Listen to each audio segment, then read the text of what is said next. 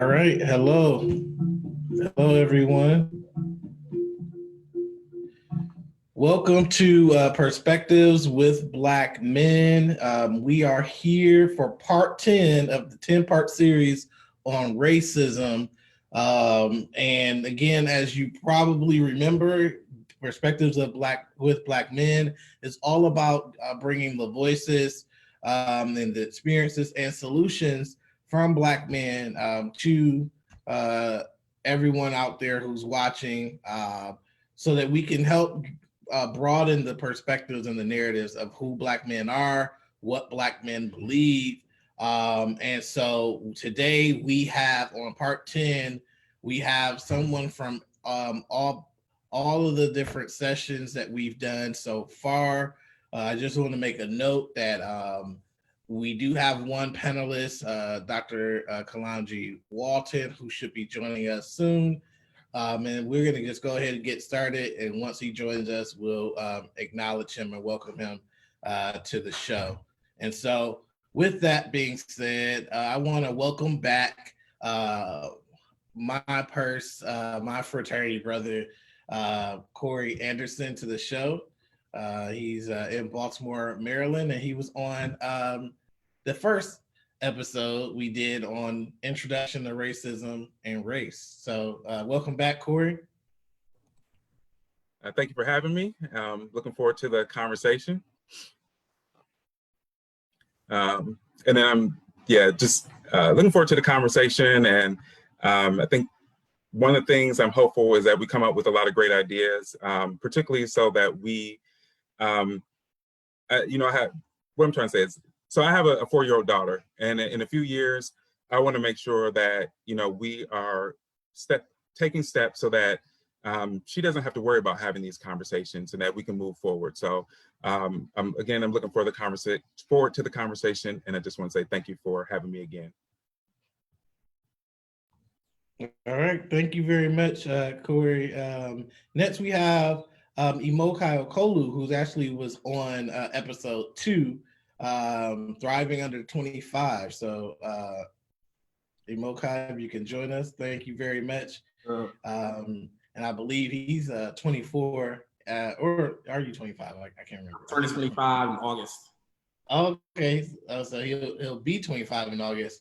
And he's from Akron, Ohio. So welcome. Thank you. We're definitely looking forward to this conversation. Excited that we can kind of come back and really talk about these very pointed issues of racism and solutions to get us to a place where this country is a lot better for everyone, right? I think the importance of these conversations is that these conversations are important because it allows us to kind of reimagine the world as we know it.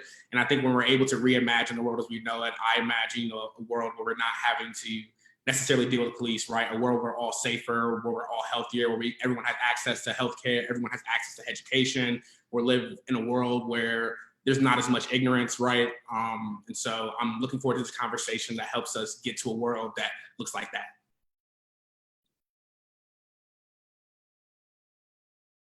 Yeah, thank you very much. I appreciate it. We're definitely looking forward to doing just that as well. Next on the show, we're really excited to have Tyrell Boyston join us again. He was on the mental health episode, so really excited to have him, and he's in Detroit, Michigan. So Tyrell, or I think Southfield, actually, I'm sorry. Detroit. Oh, okay, my bad. I'll let it pass, man. Cool. Happy to be back. My bad. Let's see. Well, I've already been introduced. I'm Tyrell Boyston. I'm a mental health clinician. I work with children ages 7 to 17, typically. I think in the next 5 years or so, what I would like to see, perhaps a real effort toward this Black unity that we romanticize when we make a reference back to the civil rights era. We romanticize it as if we just kind of exaggerate the number of participants back then. So this Black unity that we as a unit seem to kind of chant about. I like to see real efforts to kind of move in that direction instead of the finger pointing and the guilt trippy rhetoric that we romanticize the past with. I think if we can make an effort to resolve some of this battle of the sexes in our culture, I think that's a good start. I'll leave it there. Okay, thank you very much. I appreciate that. Next, we have from legal aspects coming back here, Cornelius Porter III. Welcome in LA, California. Welcome back. How's it going? I'm good. So- I'm good. So thank you for having me back. I think what I look forward to for the next, I guess, 5 to 7 years is an open and honest communication about who America is, where it's been, and where we need to go from here. I think a lot of people just have this romantic image of what America is that doesn't fit the reality. So I think it just needs to be time. It's time for an open, realistic conversation of what America is and what we can be if we come to terms with what we are today. Wow, thank you very much. Thank you very much. I really want to get into that too. So next we have from our episode on fatherhood and words from our elders, we have Kwabena Shelton joining us. Welcome, Brother Shelton. Welcome back. Hey, good evening. It's good to be That's back. a really cool background you got back there. I figured you would like that. That's a dedication and tribute to you, my brother. And also kudos to the brother whose birthday is in August. Mine is too. So, I hope you're a Leo because Leos rule the world. But at any rate, it's good to be back. What I hope to see, man, in the next 5 years or so is a return or a restoration of the Black community, a definite destruction of the concept of hoods and the reclaiming of neighborhoods. That's something that I can hold on to and value and cherish, from my generation, where we knew our neighbors, we knew people who lived within a 5-mile walking radius, and one another, and we all, so parents and adults kind of like all looked after the children. And so I'm embracing the vision that was established by the Bookto Cluster community here in Akron on the West Side back in 2011, that basically says we envision a community that values diversity and maintains high standards in a safe and nurturing environment that builds independence and economic self-sufficiency while educating our community in the knowledge of self and promoting a healthy quality of life for all throughout the life cycle. I'm committed to that vision. I'm committed to making sure others in our community know that vision and embrace it, and no matter what walk they're in, what capacity they're operating in. And so, yeah, I'm here, and this was my life's work. So it's good to be here. Yeah, thank you. I appreciate that as well. Next, we have one of my friends from college joining us back from the Liberating Lyricists episode. Victor Billion Free is here with us. Hello. Thanks for having me back. It's a pleasure. I forgot to say you're in New York. Right? From Detroit in the Bronx. But thank you for having me. I think it's important to have these kinds of discussions. In the next 5 years, I'm really hoping that we can have effective social movements that don't require me to dissect myself to please any one section of the movement.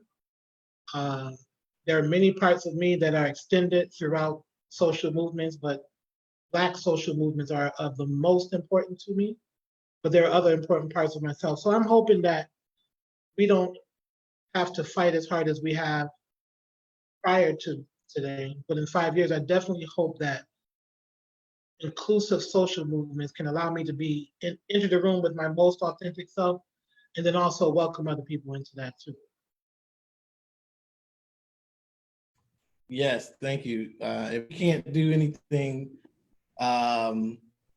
but welcome people into the conversation and into hopefully loving each other. We're doing something wrong. So thank you very much for that. Thank you. Next, but not, next we have Daniel Mahoney out of Jackson, Michigan. So welcome back. Welcome back. He was on the episode Elected to Lead. He's a county commissioner in Jackson County, Michigan. Welcome. Yes, sir, brother Akbar. Thank you. I really appreciate the invitation to be back on here and be in part of this conversation with such great leaders among these Black men that you have gathered together, man. So I appreciate the invitation.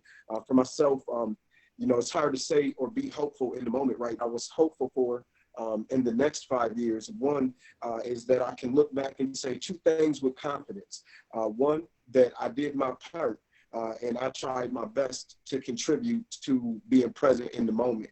And the second thing that I would say that I would be hopeful for to be able to look back on in 5 years with confidence is to say that we will actually see some real structural change in our communities and these systems that we are all affected by.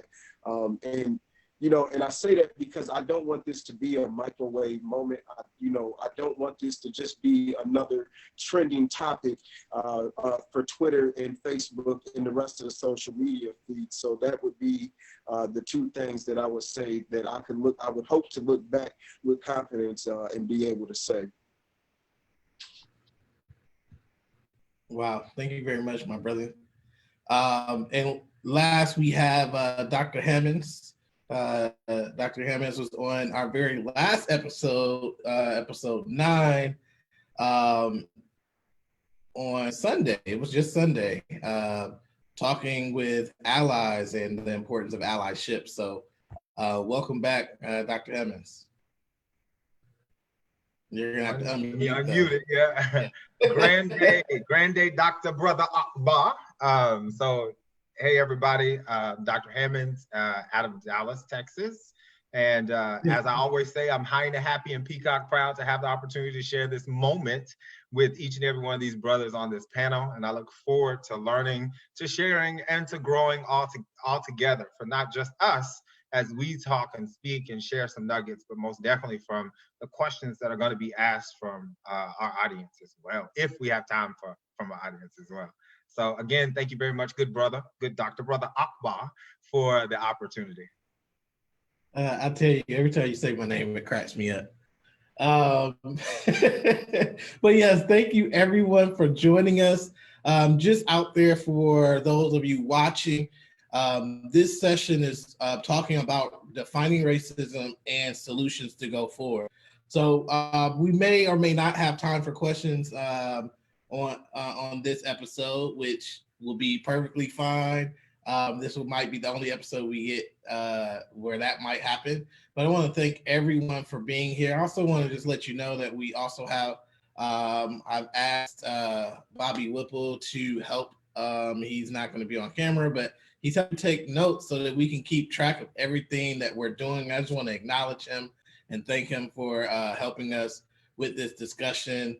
And salute that brother who has a master's in diversity management. So thank you very much for all that you're helping us do here.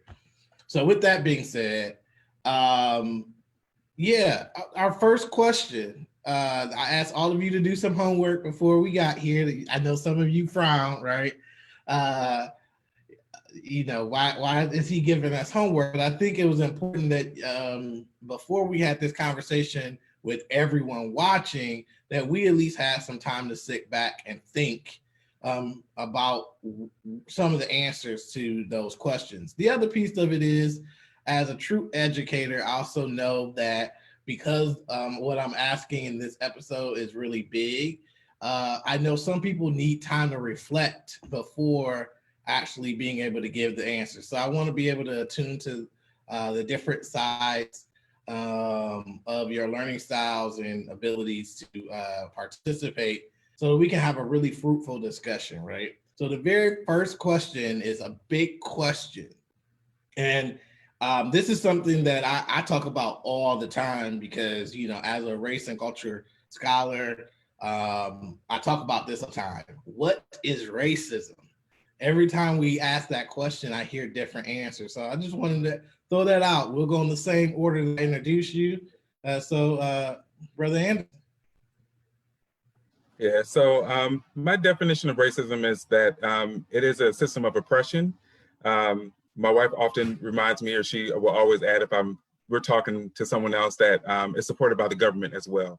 So a system of oppression that is supported by the government, or another way to phrase it is those who are in power. So, you know, for me, a lot of people talk about, you know, people said something to me, they said negative comments or whatnot.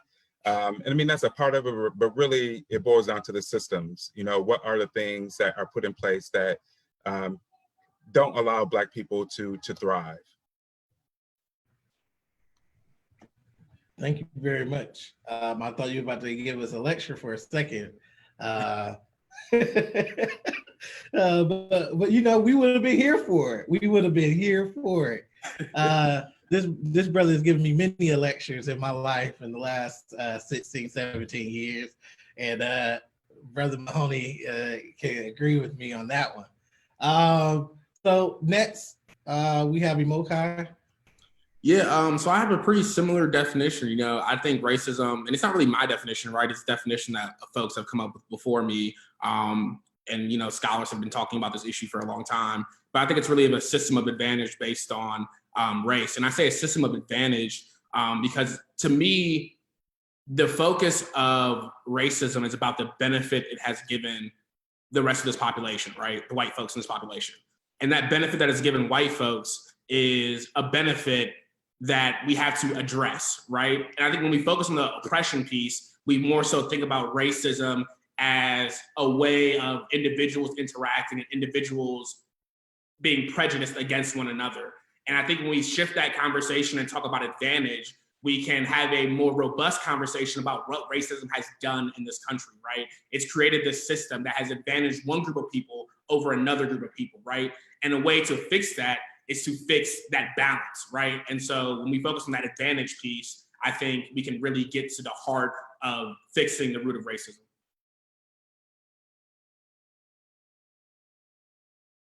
Wow, thank you very much for sharing that. Next. I would like to I agree with the previous definitions. System of oppression, definitely based on race. I want to add, though, that it's to kind of fulfill the purpose of the economic advantage. I know the advantage was mentioned, but I want to make sure that we highlight that it's a very specific advantage that really is what kind of substantiates the privilege amongst the and compared to the disparity that is on the other side of privilege. So yeah, I agree. System of oppression based on race, but for economic purpose. Wow, thank you very much. Man, you guys is bringing joy to my heart. You know, when I look at this whole concept of racism, I got to pull it out of the root word race, right? And so when I think of race, I probably take a little different spin, because a race to me is a contest, right? It's a competitive contest. So I look, the person who I probably align best with in terms of this definition would be Dr. Claude Anderson. And his definition is it's a competitive relationship between groups of people that are competing for the ownership of wealth and resources and power, and all the other brothers, they kind of said it very clearly in terms of it being systems that have been connected together to enforce this or reinforce this race. And that race was started when European, the European countries looked at Africa and decided on when and how they wanted to split it up for the purpose of wealth, resources, and power. And there's more to that, but I'm gonna just leave it with that right there for now.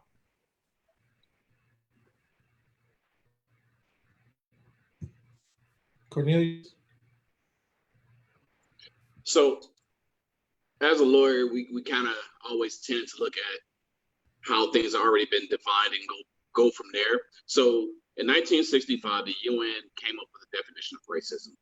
I think it's really encompassing. It says the term shall mean any distinction, inclusion, restriction, or preference based on race, color, descent, or national or ethnic origin that has the purpose or effect of nullifying or impairing the recognition, enjoyment, or exercise on an equal footing of human rights and fundamental freedoms in the political, economic, social, cultural, and any other fields of public life.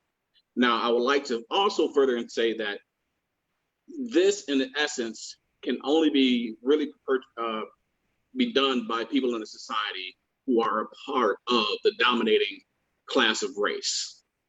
So there is the social form of racism, but then there are also the legal form of racism that anyone technically can be found guilty of. But socially, I think it's mainly dependent upon who's a part of the dominating class of race that has an effect over all of those different areas. Wow. Thank you. Victor? Yeah, it's amazing to hear from all these different perspectives, but the core of it, I think, is there. And so I concur with what everyone has provided. I think I define it as a practice rooted in the presumed superiority of a racial group in power to the detriment of others, based on a hierarchy of biological characteristics. And I said it that way because I wonder if in other contexts is racism different. In our context, it looks a particular way, but I just wonder if it looks different, for example, in India, or does it look different in China, or is that more colorism? Wow. Dr. Hemmings? I think you skipped me, Brother Akbar. But I'll jump in right quick. Sorry. That's okay. That's okay. I think Dr. knew you was skipping me. It's all right. You're trying to cut me out. Well, I think when Kwab and I went out of order, I got all discombobulated. I don't got that doctor in front of my neck. No, it's all good. You try to exclude me because I don't got that good degree under my name. But probably for good reason, because I did not do my homework. For myself, I'm really into definitions, because when you're in politics, you learn very quickly that every single word makes a difference. Whether it's a shall or a should, it makes a difference. Every single word and the definition of those words matter. So for myself, what I did is I Googled it, because Google seems to be a very good place for definition. So I want to start by reading the definition I looked up. But then I have to pose a question back after reading this definition, because I think that the what type of racism is the important part. So the definition that I looked up on racism says a prejudice, discrimination, or antagonism directed against a person or people on the basis of their membership of a particular racial or ethnic group, typically one that is a minority or marginalized. The second one that I thought was interesting mentioned the belief that humans have different behavioral traits based on physical characteristics.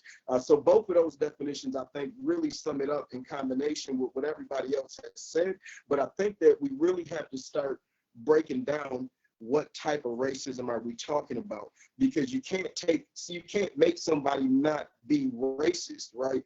But what we can do is tear down these structures and this structural racism that exists in the system that we're all affected by. So to me, I think it's important for us to talk about what's structural racism, what's individual racism, and which one are we trying to attack and which one are we trying to address. All right, I think it is now my turn. There's so much to say, and I don't want to repeat all of it, but I think it's a intentional, consistent actions and systems that has been created to continue for one race, the dominance, and not by numbers, but dominant by power, authority, and privilege.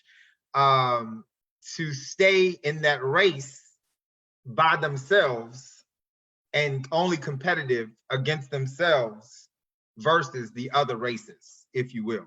And so, yeah, it's a race, but we've created this race where my white counterparts are in their lanes by themselves, and everybody else is in a total different set of lanes with different hurdles and barriers and systematic issues, concerns, etc., that has been created for them to not be able to get into the lane of that dominant race, if you will. And so I believe that that's what racism is. And I believe even like Google, folks are trying their best to water down the definition of racism so that they don't feel guilty for being a part of racism. And therefore, we get this designing women, sugar baker type definitions that are popping up all over the place, right? And they're not really what it really is. I mean, it is a difference of power, privilege, and authority. And some have it and some don't. Haves, have-nots. And that's why we can't continue to let people say there's this reverse racism or that others can be racist, right? Or a part of racism when they don't have that power, that privilege, that authority. And so that's my definition of racism. Yeah, I really appreciate you bringing up that, especially the designer women approach. Woo. Okay, so the other, I didn't hear you. Okay, so the other thing that is you bring up a good point, Dr. Hemmings, and I think that Matrey said something earlier. Mahoney, he said that we have to determine what type of racism are we trying to define, and I didn't say this earlier, but I'm in the same camp as Dr. Hemmings. I don't think you can necessarily be racist individually by yourself. I used to think that. At one point, I used to think that. But if you have no power, then you have no racism. You can be discriminatory. You can use race as a measure of being discriminatory or prejudice, but you cannot be racist or have racism without the power and ability to oppress other people. So at least that's my belief. And so I'm glad that you brought that home. And because it's also inherited, right? I mean, you have to think about Yes. Some people were born on third base and think they hit a triple, right? And then there's some people that don't have access to the game yet. They can't even make it to the field. Or they can get to the field, or they can get to the game, but then they don't have the tools to play the game, right? And so it is very much about power and privilege, and that sense of authority that has been intentionally created, right? And so that's what makes so many people pessimistic and not optimistic about eliminating racism, because of how do we really break down and intrude and really penetrate that power, that authority, that privilege. And so we have work to do. And these brothers right here on this call are going to be the ones that do it. I'm just saying. Yes, and maybe no, because we also talked about how it's not our responsibility, and we can talk about that in a second. But I see that I like to respect my elders, which is why I didn't interrupt him earlier when he went out of turn. But I know you wanted to say something, Kwabena. And again, I believe our elders are never out of turn, by the way. So I was just saying that in jest. So did you have anything to add? Yes, I want to first apologize for going out of turn. I was just so anxious, and I thought I was following the order, but I apologize. So, but yeah, I just want to say a little bit more. I want to kind of clarify what I meant by this race, right? Because it can be simplified in thinking that the race is between blacks and whites, but for me, it goes a little bit deeper than that. When I talked about the race, it was a race for Europe historically, I'm talking about historically, it was a race for Europe to, you know, to take over the resources of the continent of Africa, because, you know, they were just coming out of the Dark Ages and tapped out all of their natural resources, right? And so we're talking about, you know, 1200s, 1300s, all the way up into the 1400s, where these guys were really struggling to just stay alive. And so in their explorations and things like that, they discovered in their explorations that people were, civilizations were existing and profiting and had natural resources and minerals and things like that that they needed to survive. So instead of them fighting against us, they collaborated together, fighting against each other over the resources that Africa had.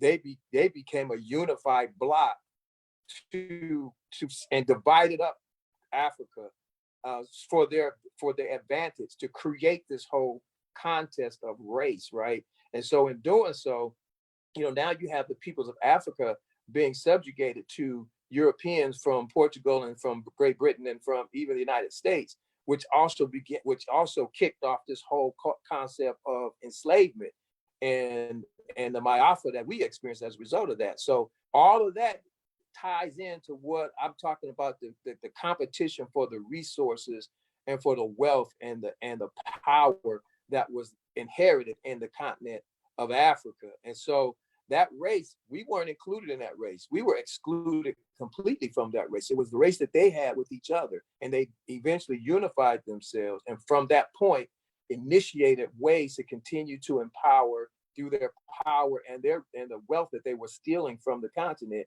to go out and imperialize and colonialize the rest of the world. And so we're talking about early, I would say between the 1200s and probably all the way up to the 1600s, when the institution of slavery was really full scale, not just in the Americas, but across the rest of the globe. So I just wanted to clarify what I meant by race. Right. I appreciate that. Did you have something really quick? Oh, I was just gonna say, I mean, I understand that history portion of it. It's just that once they start stealing slaves and bringing them to America, and then start stealing land from indigenous people in America, they still kept, I guess, that mindset and still created divisions of lanes in this race, so that the competition would still never be equitable. Yeah, they used it to establish their advantage. Absolutely. I'm with you. I think you're saying the same thing. Yep. Yeah. And part of it too was degradation of people, right? If you can degrade a group of people or devalue them and actually enhance your own superiority, it's easier to continue to mistreat people if you don't see them as people, right? If you see them as less than. So it's all of that psyche, it's all connected. And to teach them that they're less than. Yes. So does anybody else have anything on racism before I pull up the definitions that we have talked about so far? To me, I think the one thing I do want to say is that I think the definition of racism, in a sense, has evolved over the years, because I think there was a point in time where like folks were just outside looking at individuals like, hey, you're black, I don't like you, that's how it is, right? And that in and of itself was a form of racism, right? And that idea created a system that now is a system that was created and born out of that, right? And so now we live with a generation of people who don't have those same necessary views of like saying like, hey, you're black, you're different, or you're black, I don't like you. It's more so now been indoctrinated and it looks differently. And because it looks differently, I think people think that sense of racism, that I don't like you because you're black, has gone away. And it's not that it's gone away, it's that it just looks differently. And people started putting a new name to it so future generations would come in and be ignorant about it. And they would just continue to support that system of advantage, and now we're here. I definitely appreciate that too. I'm not sure if I totally agree that individuals were, once racist. I think what you're saying, and just if I can conceptualize this in a way based on what you said, Emokai, is that before people thought they could tangibly see racism. They can put their hands on racism. They can point it out and say that, okay, I know I'm not a racist because I'm not doing those things. But the system of racism, what is invisible, that what we're not seeing today as much, well, we're seeing more today than we did maybe 10 years ago. But what people are seeing is the things that are hiding in plain sight, the actions that happen that exclude whole groups of people from access to different type of opportunities. So even though Karen, as Shelly brought up into the comments, Karen has this entitlement to feel like she can call, and Karen is the hyperbole name that is given to a racist white person who wants to just call the police on Black people for doing regular human things like walking their dog, jogging, or sleeping in a lounge in their residence hall. So, those type of things happen, right? But in essence, these invisible things were always there. And it's because of these invisible things, the way it's embedded in society, that has given people the inheritance to believe that they can be a Karen, and it gives you that, Derek Bell says it in his theory of critical race theory. He says whiteness is property. And it's something that can be passed down just like a house can. It's inherited, it's generational, and that I own it, and therefore there's nothing you can do to take it away. I mean, yeah, that's just implicit bias right there. I have a question.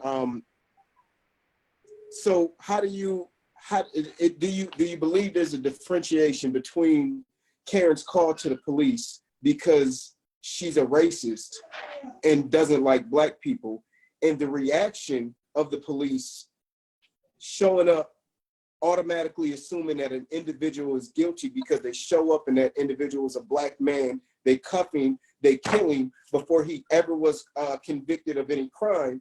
I want to know if you guys feel like there's a difference between the action Karen committed and the systematic issue that followed when the police showed up.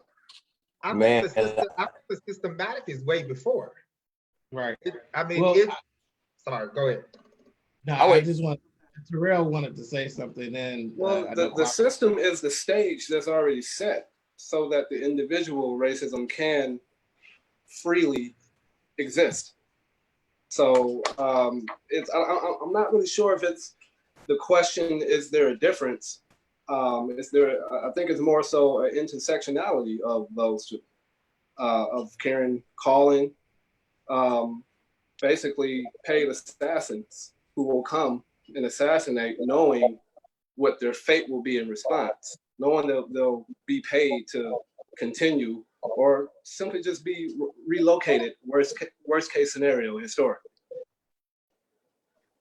I think it's more so a recipe than a comparison in dishes. They're the ingredients.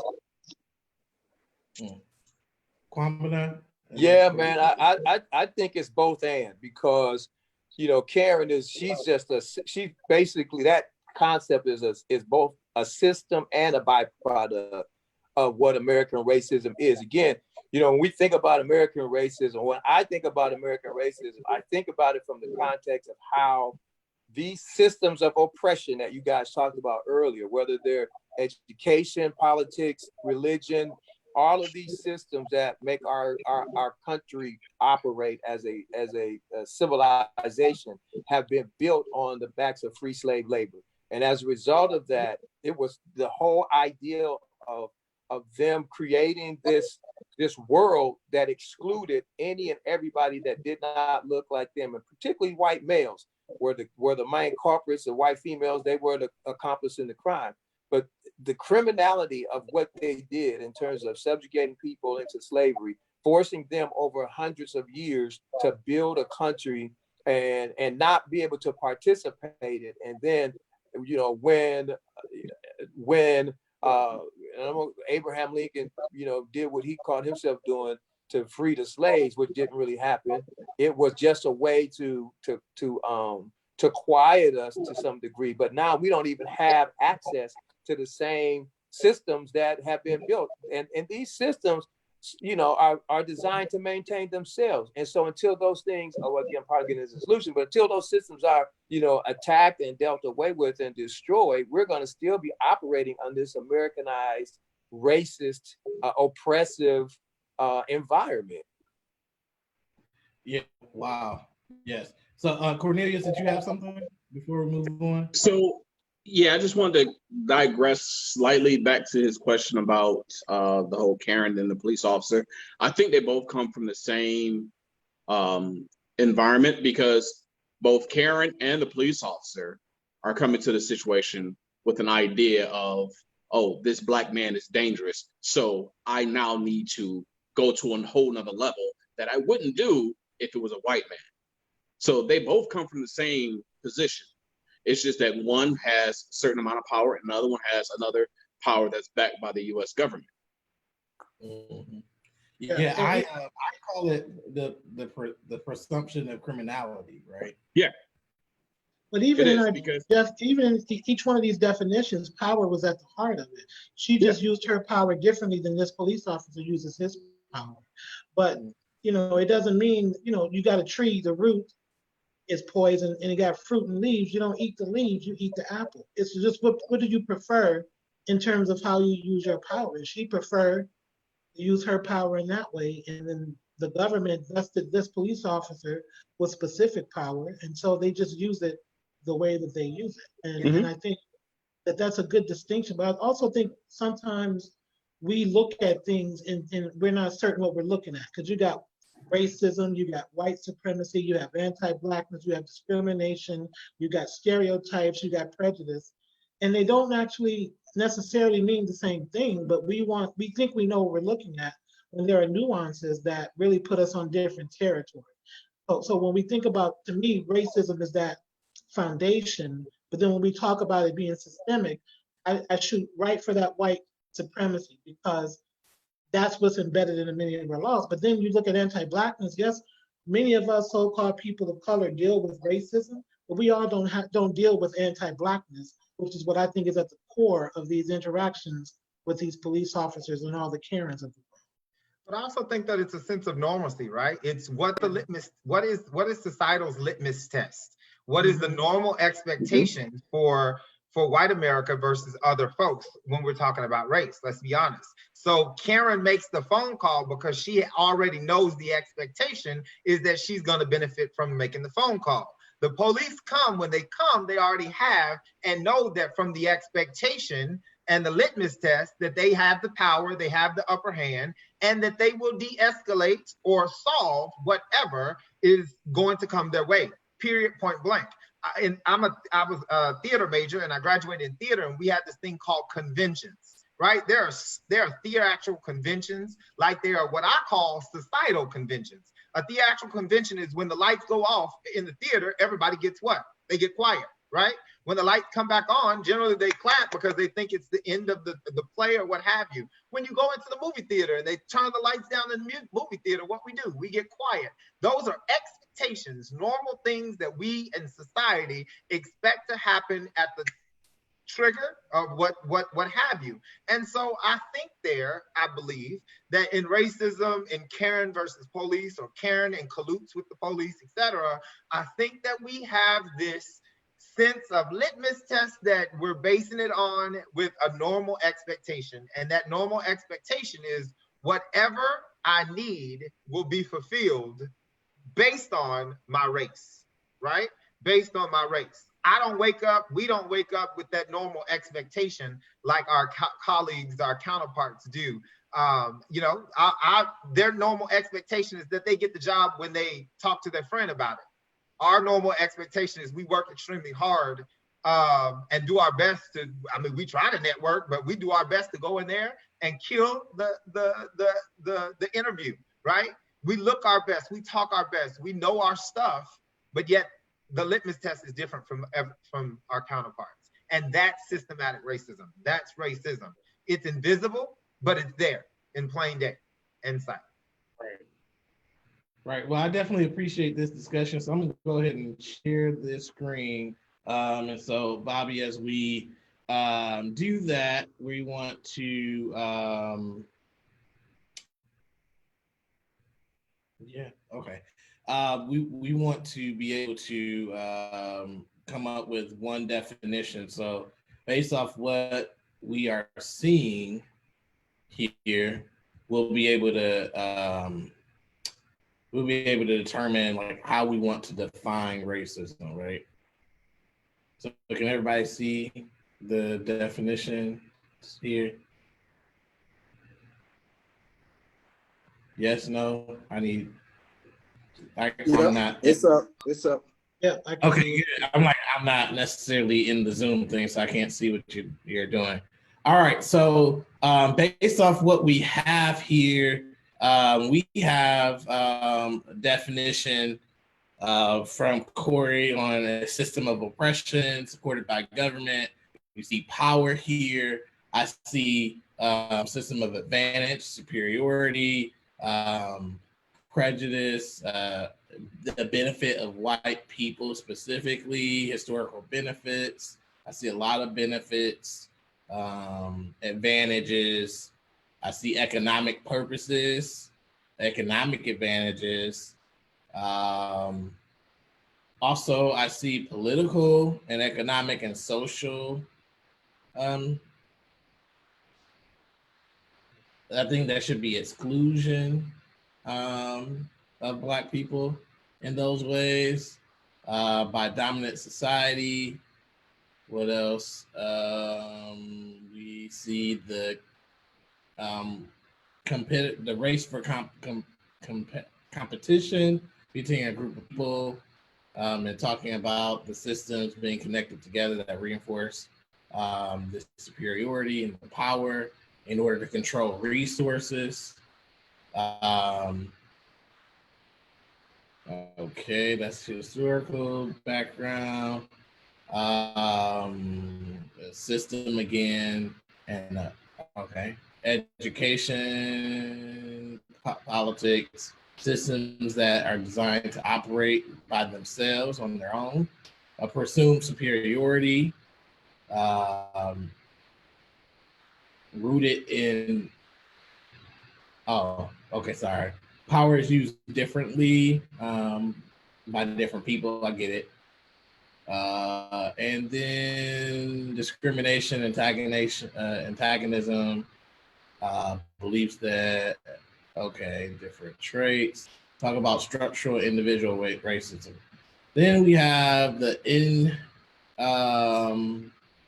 intentional, consistent actions and power by one race to stay in the race by themselves. So power, privilege, influence, and authority. All right. So when we talk about defining racism,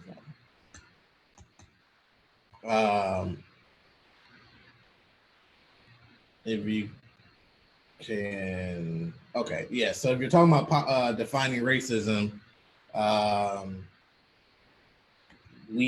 think we want to use all of those words. So I'm gonna go back and say the words. If you could type them here, Bobby, that would be great. So we talk about a system.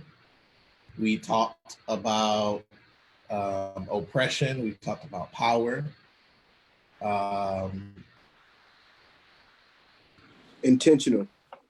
Intentional, where there's influence, privilege, superiority. Akbar, when you are going through this, I think about, I know we're talking about definition, but it's almost like you want to do it in a way in which there are components of racism. So I think that every brother kind of hinted on different aspects of it, whether it's economic, it's a system. And it's almost like you need to have racism, and then these are all the bullet points. These are all the things that encompass aspects of racism so that people fully understand it. Because one of the challenges, I think, with definitions, and even I think one of the dictionaries, they made the definition to be more accurate, so to speak. But it is, you almost have to be very, you have to be very clear. You know what I'm saying? And one of the ways to be clear, at least from my perspective, is that you have to like bullet it. It's this. It is economic. You know what I'm saying? It is a system of oppression. It is based and rooted in power in some degree. So making sure that, you know, when someone looks at it, there is no question about, you know, what it is. You know what I'm saying? And there's not the ability to refute it, because I think that's one of the challenges with the definition of racism, or, you know, that people put out there, is that it has been watered down to such a point where people feel like it's more the actions of people as opposed to the systems and the power and the superiority, all the different things that we've kind of listed. So it's more of an umbrella term, right, where things kind of fall under it. right, A multitude yes, of things kind of fall under it. yes, absolutely. But then Then when you talk, that brings Go up a ahead. lot though, because who are we making this definition for? Are we making this so that, because if we all experience racism from someone in, you know, our friends all the way to academics, it's like, I don't know how specific or how general we have to be if that's going to be used by all of us. So I guess we should know. Well, I think we need to have in mind that not all Black people have the words, the terminology to describe these interactions that they're experiencing, or the feelings that they're, the microaggressions that are taking place. So it's kind of equipping people with something to identify, as opposed to just lumping it into one word, when it may be more accurately to describe it as this, which also falls under the umbrella of racism. But we get caught up in a lot of disagreements based on the lack of being on the same page with terminology. I think that Being arguing, but saying the same thing, but just using synonyms. Yeah. I want to make sure that we don't exclude the whole ideal of economics being tied to the racist agenda of white America, because it's all about money. You know, I always tell people, you know, you follow the money, you're going to find the criminality. So if you trace the concept of what we know as racism today backwards, it's going to lead you back to money, and that money is what is, you know, was embedded in American culture with the slave economy that was free, that they built their systems upon.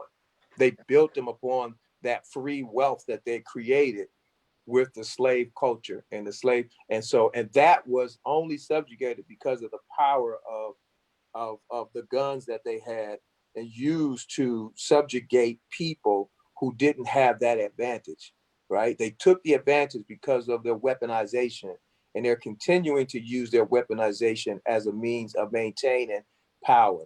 And I believe that these systems of oppression that constitute our definition of racism they're so interlocked and interwoven together that they will do any and everything they can do to maintain themselves.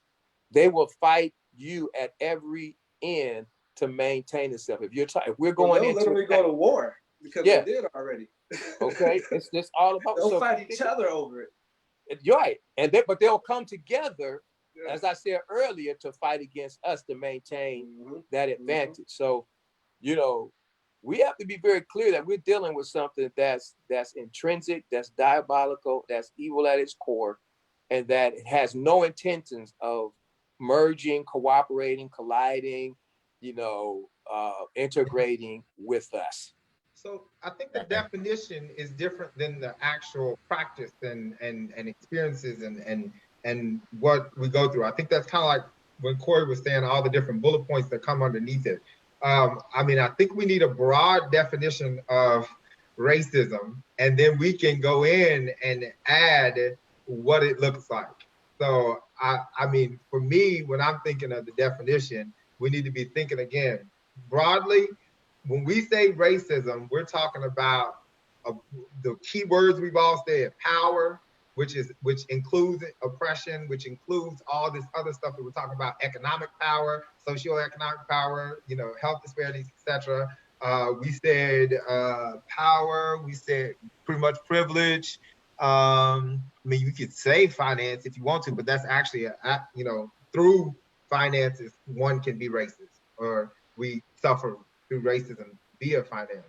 But I think it should be a broad sentence statement, a definition, and then all of those what makes up racism should be below it, which I think is what's happening right now. I concur with that. I think that makes it more accessible for those who may not have heard of what these things are, that want to go into detail with these related topics and related issues. I think that's perfect. Because some of the stuff that we all are talking about is very much plausible. Microaggressions that could lead to sense of racism, etc., unconscious bias, implicit bias, blind spots, all of those things that we talk about in the world of diversity and inclusion. There is room for that when we're talking about racism, because again, race could be the main factor for those that we're talking about. Keep rolling. So what I think I heard you just say, but I don't know exactly how to put them in words just yet. So please maybe help us put words to it. But those interpersonal actions that exclude or presume, I don't know. Help me out with that. So racism is the systematic oppression of, everybody was supposed to just jump in with some more words because we already talked about it, and then just keep that going broadly. We all know that it's systematic. We all talked about it being oppression. So racism is systematic oppression of. Yeah, I hear you. That's what. If you look at the screen, that's what we're trying to do. I'm just trying to. I think what you got. Yeah, there was a comment about interpersonal actions, and I didn't know if you wanted to include that, but I don't know if interpersonal actions is the right way to categorize what I heard. So that's what I was asking. So what we have so far is the definition is an intentional system of oppression and subjugation of people of color, which is rooted in power to ensure the superiority and the economic advantage of white people, which includes the following components. I think it should just say ensure superiority. Take out hold on before you change it. To ensure a power to ensure superiority and advantage, and then keep going. Okay. Because an economic, etc., could be also down in those components. I hear you, but I think Tyrell mentioned it earlier, and then a couple other people. I think economic needs to stay, just because that really was a large point of it. You know what I'm saying? Like, they looted a group of people for economic advantage. It's the entire prize. So, the whole prize of it all. I think economics is what racism looks like, because the system that we have of economics in this country is not inherently racist, right? We operate in a capitalist system. Capitalism is not inherently racist, but the way capitalism is used, it fosters racism, right? It allows individuals who are competing in this capitalist system, those who are racist are hindering Black people more. And so I think that idea of advantage incorporates, economics, and economics is a big piece, but I don't think the system of economics in and of itself is inherently racist. Some people would argue that capitalism is inherently racist. Some of the things that Cedric, Dr. Robinson has mentioned, but I'm here or there about that. But I think when you say power, all those things that we're talking about in terms of economics leads to that and feeds that power. So I don't know that if economics is redundant, if we're going to use power, because this is absolutely power. It's how do they get their power? Through economics, through this perceived superiority, through all these things. And so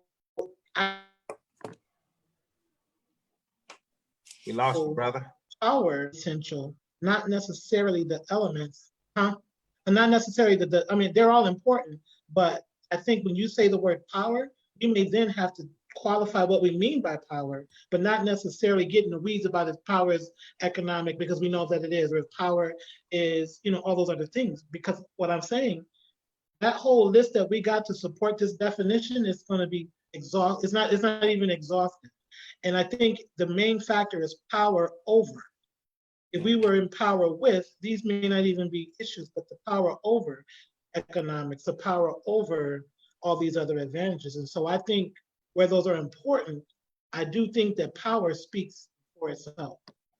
Yeah, I was just saying the fact that, and I agree. I was saying the fact that it's the definition should be broad, and that it is broad. I understand where we should be a little bit more intentional about using the word economic, because that's the crux of that competition. I do think that how else do we define power? As Victor said, most people look at power via money. Yeah. And if there's another way that we look at power, because again, I mean, I'd like to have that discussion. I mean, it's over people, it's authority, and all of that still comes back and around to economic and the economics of it. So I mean, again, it can be redundant. I mean, if we think that for our definition, we should highlight it, hell, highlight it. Yeah, because I think who's going to give us the F on this report? Yeah, there is value to it. There is value to it. But power is economics, right? I have an offering. What about this for size? Racism is, I think you have intentional systems of oppression created and maintained by a group, and in parentheses, white people, for the purpose of maintaining advantage, wealth, and power over others.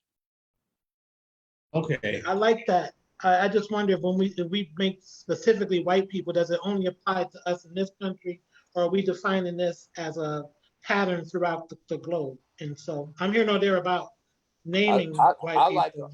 I would like to offer it as a pattern over the globe. I just put white people in there because I heard people saying white people. Gotcha. But for me, it's the systems of oppression created and maintained by a group for the purpose of maintaining advantage, wealth, and power over others. I like that. Power and wealth is power and economics. So I have a question. Hold on. And that is, in having these conversations, you have a lot of poor whites who may not see themselves in that, even though they actually are still reaping some type of economic advantage. So like how, I guess I'm trying to get into the mind of any person who will read this definition, and in particular, those who are poor and those who are white. And they will, I'm assuming, but they may not necessarily see themselves in this definition, if that makes sense. Well, they typically so like, don't. How do you make them? The reason why is because of the financial part. When you're poor, all you know is struggle. So how do I have white privilege? But they don't understand that just like racism is an umbrella, white privilege is an umbrella within itself. And so it's more than just having money. It's also being able to go wherever you want, even at your brokest, and not be treated like an outsider, like you don't belong, like you somehow got lost. That's also receiving the benefit of the doubt.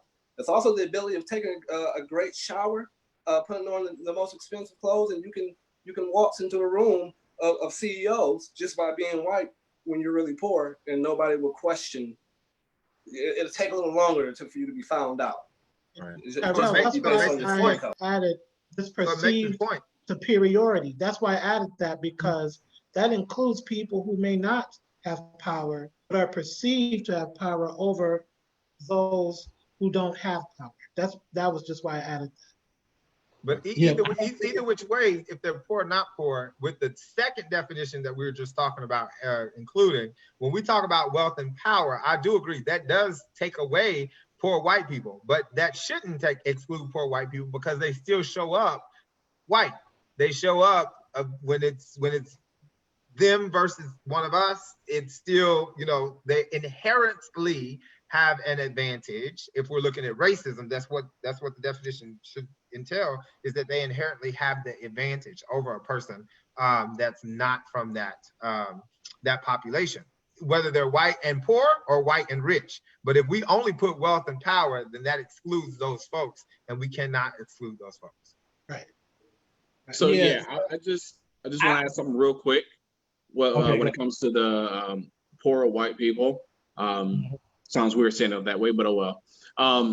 But in 2005, there was a study that actually showed that white ex-cons actually have a higher chance of being hired than black males with no criminal record and that are educated. So yes, they are a part of that system. That's why when I talked earlier about racism, I talked about being a part of a certain class of race, not just economics, but a certain class of race, because they have advantages just by simply being born into that race that others don't have. Yep. Right. Yeah. And we're not talking about individuals. We're talking about systems. I think we all agree from the very beginning that racism is a conglomeration of systems that have been in place to enforce these racist practice. I mean, these systems of oppression. So if we can start, nitpicking and get down to individuals, but I think we can all agree, as we said earlier, that we're talking about systems that are intricately put together to maintain this, to maintain itself. And when I think of power in regards to the definition, it's power and enforcement, the ability to enforce the maintenance of these systems, right? Because, when you have the law enforcement supporting Karen, when you have law enforcement supporting, stereotypical misconceptions about who we are, the ability to enforce, and continue to oppress maintains that whole system, or all of those systems together. And you don't see one operating without the other. Well, maybe that word privilege that Dr. Hammonds and several people have said could resolve one of those issues. Okay. I wonder about that. Yeah, I hear you. I'm wondering too. So I want to try for the sake of this training and this opportunity, that what's up there is is beneficial. I think that it speaks to the 99.6% of what we all think, and I think highlighting the components make it that much better. With that said, I do believe, good brother, that I move that we accept this definition as the definition of this training for racism for the sake of this training, good brother. Let's move on. Okay, so let's actually, before we go there, Dr. Hammonds, let's actually digest what's here and then make sure that this is what we want to say. Because I also think with all the bullets, some of them can be reduced. And so, but based off what we have here, then we'll move on, is intentional systems of oppression created and maintained through the subjugation of people of color, which is rooted in power to ensure this perceived inherent superiority.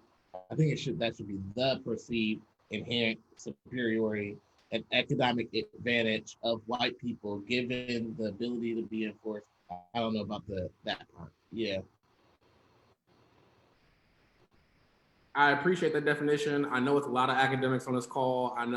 It's more degrees on this call than I can count on my two hands, and that sounds great. And I think, that is going to work for this conversation, because I think people really care about these solutions. Because, especially for a lot of folks, 99% of people, they're going to read that and they still not going to necessarily understand what that's talking about, right? Because it's not necessarily in lingo that we commonly talk about every day.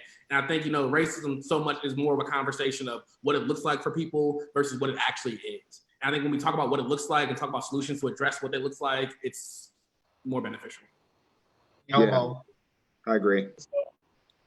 Okay, so that's actually a great comment. And for the purposes of what we're trying to do, I actually would like for us to come together, come up with a definition if possible that is as distinct as possible. And I almost think what Kwabena said originally might be it. And I don't remember what you said. I did type it in the chat. Oh, I can't see the chat. So I think what he said was good too, because when you start to say things like people of color, it starts to get problematic for me because there are some people of so-called people of color who benefit from white privilege that I think that it just takes it to a different conversation. Okay. Well, I like what he said earlier because it was straight to the point. But then there was something that Dr. Hammond said too that added to that that I think made it more solid. I mean, I really do think that what we got is solid. Um, it's talking to what everybody on the call has really spoken to, Yeah. in broad sense, in broad strokes, and it allows for one to have their own interpretation, um, based on their experiences and litmus tests of what Yeah. racism looks like. So, not to mute anyone or to exclude, because we're all about inclusion. I think that we should rest on this and talk about these good old solutions, because Yeah. I Because hate that's to what's leave important. I hate to leave the viewers with no solutions. Yes. 30 Well, minutes. we definitely won't be doing that. So I definitely appreciate that comment. So I definitely appreciate it. I think we're gonna clean this up a little bit, but yeah, sounds like everybody's pretty good with that. So the next thing, and the next question is about solutions. So I asked each of you to come up with three.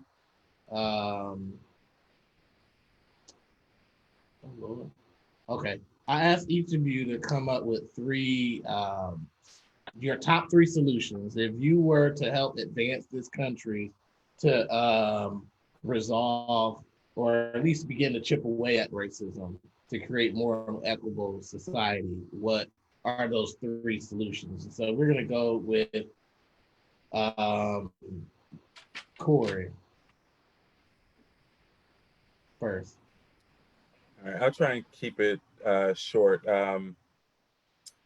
I think one of the big ones is reparations. I do think that there has to be some form of reparations, not necessarily a check per se, but I do think that there's smart enough people to come up with different solutions. You know, when we talk about systems, you kind of need to go and backtrack all the systems. So when you talk about education, you know, what are the ways in which the system hindered me as a Black person in order to advance?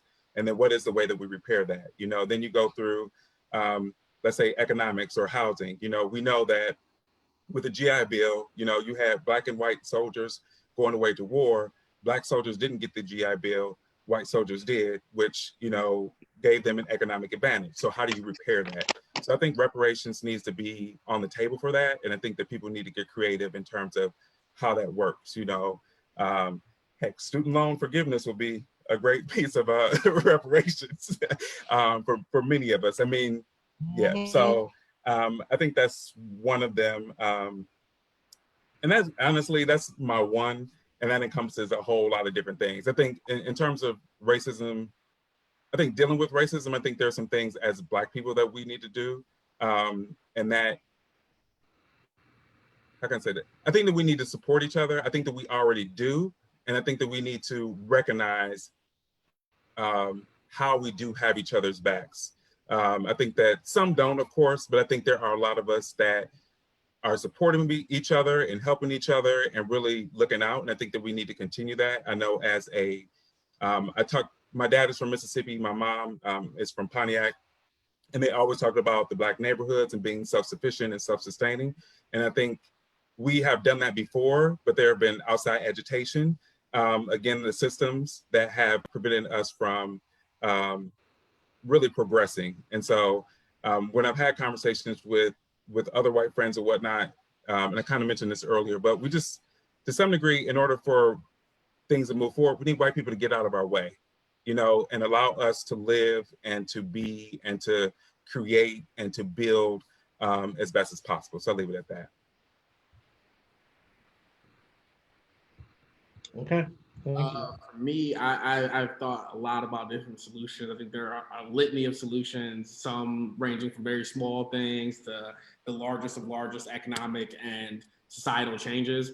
But three that just come to mind and kind of like scale up along the way I think first, addressing these issues of violence in our communities, we need to abolish the police. And I'm firm on that issue. I think defunding the police allows us to get there. I think people have to realize that defunding the police is an abolitionist principle. But I think if we start to reimagine what safety looks like in our communities and reimagine how we bring accountability in our communities, that can open the conversation up for us to talk about defunding the police and eventually abolishing the police. But in a quick note on that point, I think, I'm a police abolitionist, I'm a prison abolitionist. I don't think Black people need to be behind cages, right? And so then we have to reevaluate what safety looks like, reevaluate what accountability looks like, and reevaluate what crime looks like and what exactly is crime. I think a second thing that we can do is completely overhaul our educational system, right? There are so many different ways in which we are not teaching our kids the fundamental things they need to go out into society and deal with. Like, we don't teach our kids about anti-racism, right? We don't teach our kids about white supremacy. We don't teach our kids properly about economics, right?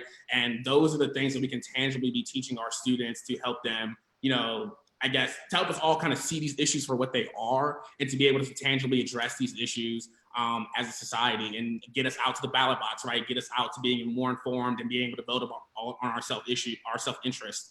So I think overhauling the educational system and teaching our kids what they really, really need to know to navigate society is going to be extremely important. And my last kind of like high kind of level thinking here, or not level thinking, but higher kind of concept, is this idea that our economic theory is wrong.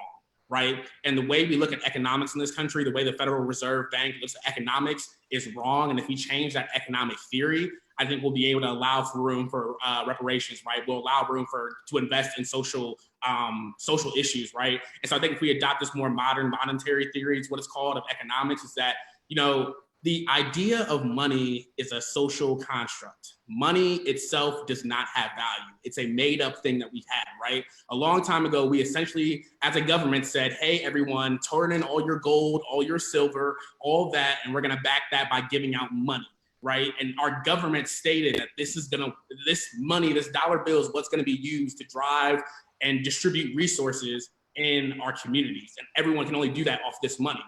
We've developed as a society enough to where we can just print more money, right? And give that money out and throw that money at various things that are gonna fix these societal problems and not take the backlash that we may have taken hundreds of years ago.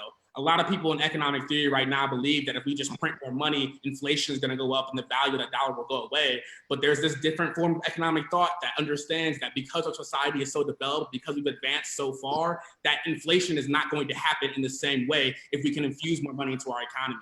And I think if we reimagine our idea of economic theory, we solve so many financial problems in our community, because that 40 acres to the mule is right. You need to give Black folks their money. You know what I'm saying? That system of advantage needs to, in a way, operate to not advantage Black folks, but in a way, yes, advantage Black folks, right? We need to be able to put each other on equal playing field. I'm tired of saying that, Black folks don't need a handout. No, I want my handout because you took it away from me. It's not that it's like this idea of the negative connotations from a handout. No, it's the positive connotations. You need to infuse money into the Black community, right? Instead of just trying to say, oh, I'm going to support this Black business. It's deeper than that, right? We've come a long, long way. This is years and years of oppression, and we have to change the economic theory in order for us to really evaluate what's going to go on. Because we can print more money tomorrow, and these issues will be solved.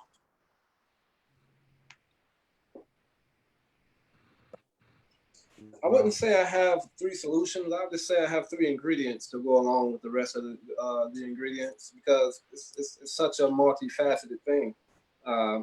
It's going to take more than three solutions, honestly, to create one larger solution. So my first and foremost would have to be in the mental health arena. We have to undergo some healing and on so many levels. When we talk about some of the hand-me-down trauma that is passed down in families, the way financial literacy is in our white counterparts, we talk about the toxicity and demeanor and behavior. We talk about the reason why hip hop culture even had to become a thing in response to the chronology of racism. Well, there's a lot of deep-rooted trauma that is, the seed of it is racism. And so we have this sense of poverty that was forced upon us by having our means to be financially stable kind of stripped away for generation upon generation. And we have poverty infused with that. We have drugs infused with that. We have violence infused with that. There's a lot of trauma that are popping off and kind of, I don't know, creating new branches like a tree. And so we're so deeply rooted in this trauma, in this PTSD by simply being Black. We have too many of us pointing at everyone else saying you need to heal and not applying it to ourselves. We all need to heal. And not just this generation, not just men for women, not just women for men, everybody. Everybody breathing. Even if you feel like you're closer to the casket than the cradle, still. So mental health, we need to heal. We need to make it cool again. We understand the history of racism that made it hard for Black people to even digest the idea of it. However, this is a different time now. This is the time to kind of take more advantage of the fact that there's more of us that look like me in these places, providing these services. So please heal. Second, I would say we need, I mentioned it earlier in a post, but we need some Jane Elliott apprentices. We need some white folks who are fully and well aware and truthful, shamelessly truthful about the history of this country to tell it to other white people since it is their problem. We have enough of healing.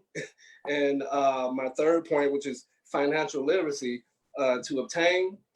We're busy enough with that journey. White people can talk to other white people about this problem of racism, because that's where that particular aspect of the solution lies. And I'll leave it there.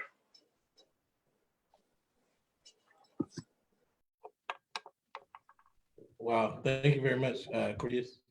So I just find it, there's nothing against you or anyone, but I just find it super irritating that Black people are always the ones that are asked to fix the problem of racism in America.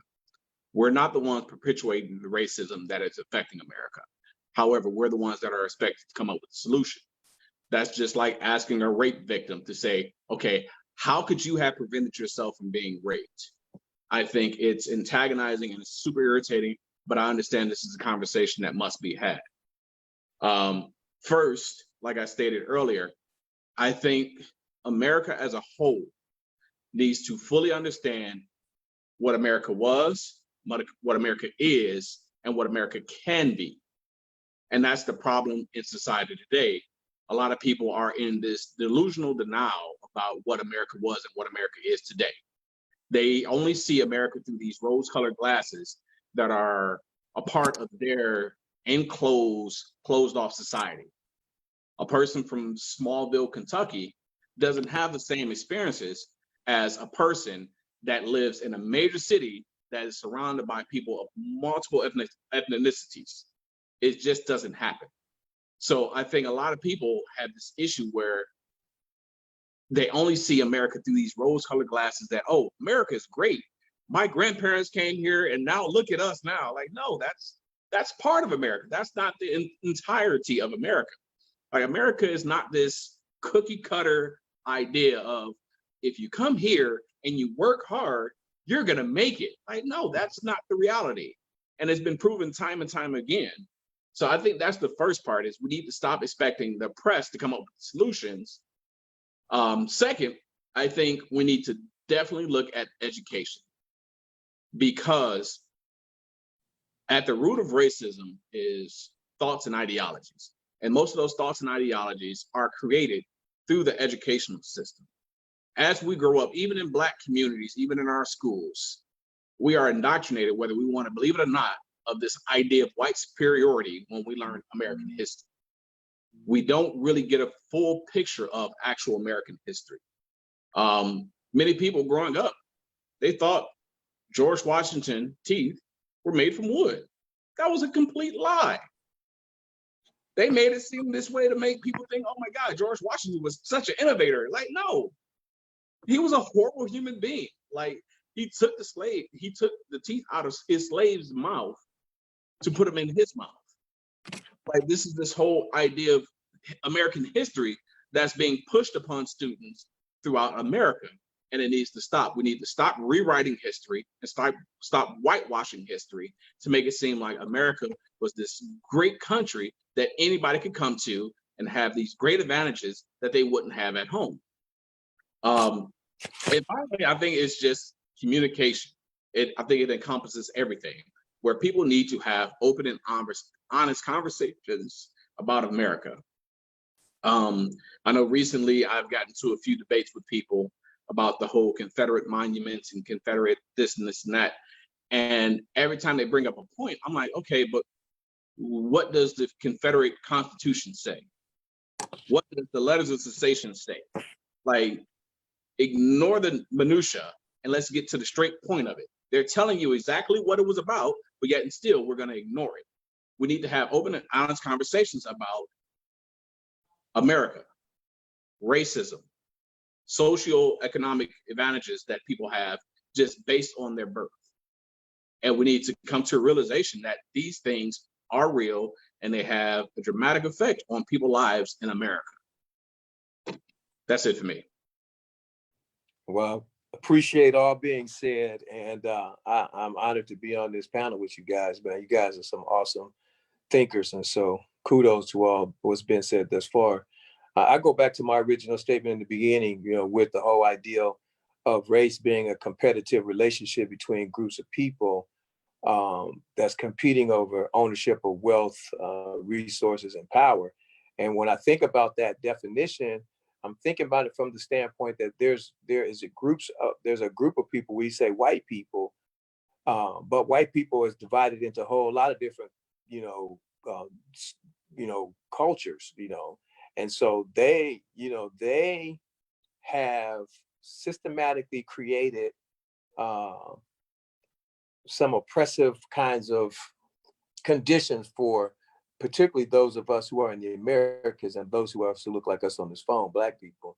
So when I think about them and being a baby boomer and living through the civil rights movement and experiencing a lot of that competition, so to speak, I realized that our last battle that we were really coming on one accord was our economic battle. So there's so many prongs to this, to the solutions of this approach.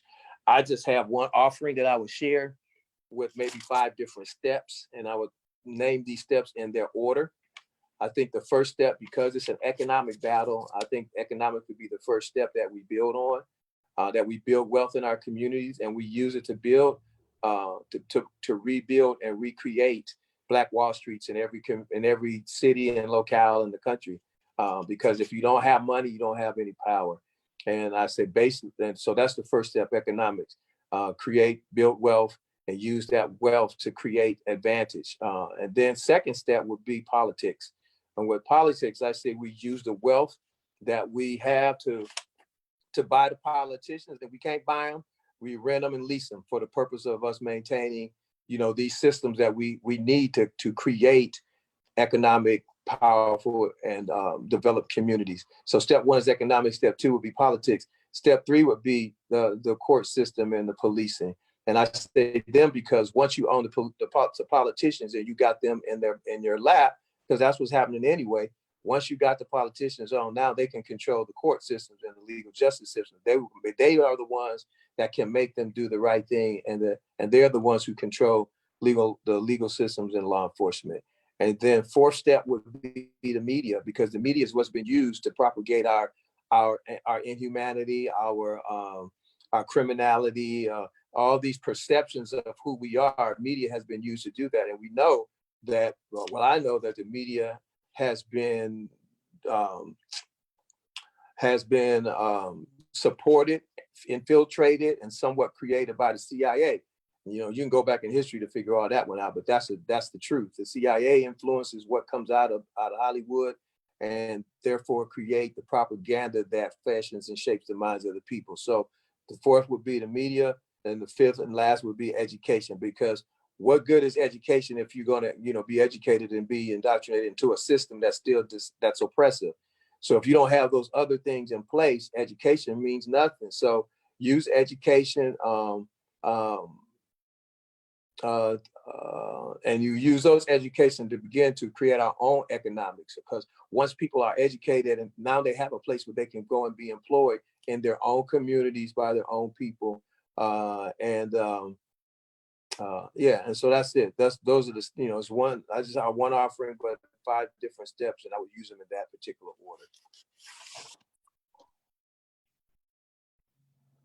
order. For me, I value everything that has been said.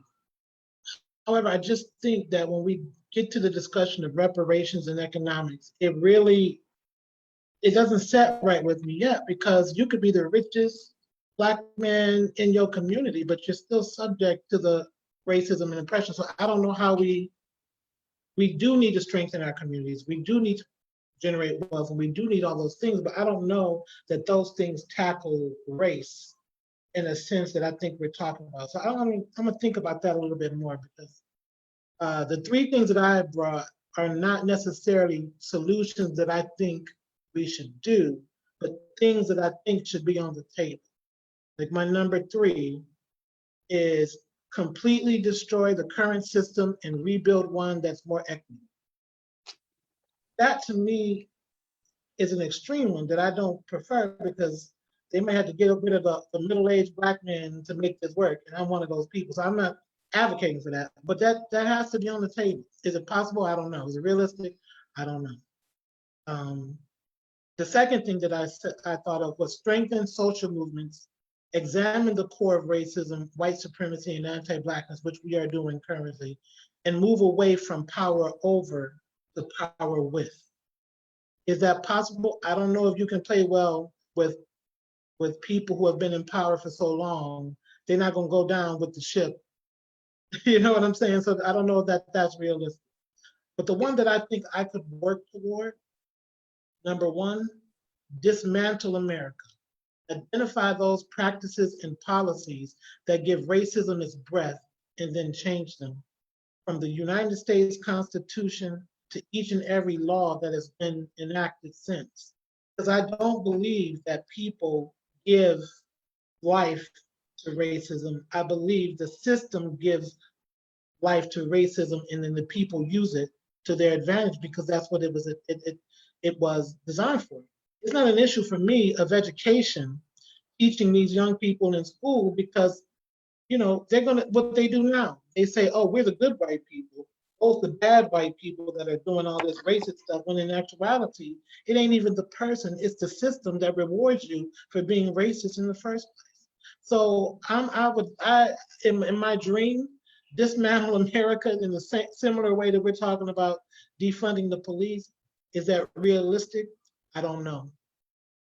But I do hope that it's possible, because I don't think you can unscramble an egg. I think there's always going to be this racist residue if we continue on trying to fix the system the same way we didn't fix the United States Constitution when we amended it, the same way that you cannot un-racist a judge, you cannot undo Reaganomics, you can't undo it.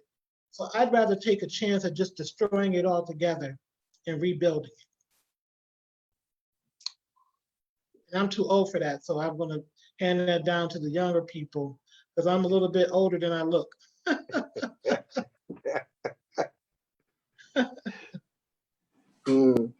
Well, I will say it's been a pleasure to sit and listen and learn from each and every one of you guys on the call. And Vic, you don't look a day older than you looked when I met you in college. So, that's my brother. Okay. I've been sitting here thinking about this, and I have some things written down that I don't know how people are gonna accept what my commentary is on solutions right now. Because I look at this, it's like a problem. It's like a math problem, and you got to have all the factors in line when you're trying to solve a problem, right? So the first thing I think you have to do is clearly identify what the issue is, which is what we've attempted to do. And I mean, we spent like the entire night just trying to give a clear definition to racism. This is such a complex issue. But once we get there, the next thing we have to do that I believe is we have to get a better understanding of where everybody's interests are. Excuse me for 1 second, right quick. Sorry, my dog wanted to chime in on the conversation also. I think we have to understand where everybody's interests are. And what I mean by that is not everybody's interest is for ending and dismantling these systems of racism, and once we identify where people sit at, then we can start talking about and identifying solutions and what options and directions we can take. I do have a recommendation for 3 immediate things that the Black community can do, because I totally agree it is not our responsibility or obligation to provide solutions to something that we didn't cause. But what I feel like we can do right now in this moment, and as cliche as these 3 comments may sound, is first and foremost, we have to increase voter registration and voter education and the voter turnout. And I'm not so much concerned about the presidential election, because I think that'll handle itself over time. If we can get people more engaged in how the local elections and their local officials affect their everyday life, then we can have more of an impact. And through that education and voter turnout, we'll also be able to turn out more candidates that look like us. The second thing is we have to fill out the census. I think the census is damn near like the devil, whereas the biggest mistake that we are making as people is believing that the census does not freaking matter. It's a trick. It's the government trying to find out my information. All of these misconceptions about the census, when, to be honest, the census is the only thing that will prove in history that you existed. The census is the only reason I was able to track and find out some of my history, which brings me to the third point. The third point is I think that we have to get educated. And when I say educated, I don't mean by degrees like my brother said, there's so many degrees on this. I feel so honored and privileged to be on here with all of these degrees. But I think we have to get a better knowledge of self, meaning knowing our history. I have been tremendously empowered just by knowing who I am, who my family is, what my family has accomplished, knowing that my history and my roots are not grounded in slavery. That's not where I come from. And knowing my history has built me up so much to give me a bold spirit to speak against these outrageous atrocities that are happening in and against our community. And I feel like that is one of the most powerful things that we can do, is educate us about us. But that's my comments, Akbar. That's my comments, brother. All right, it's my goal, so I'm gonna try to make this really quick. My first one is, again, my solutions are for everyone. I don't believe in my lifetime, and I hate not to be optimistic, that there's gonna be some switch in power, like, in the next 5 years or whatnot. But I do want to empower my people, but most definitely also talk to those who we can say created this dilemma, or created this system, if you will. And so my first one is responsibility. Responsibility lies on so many people.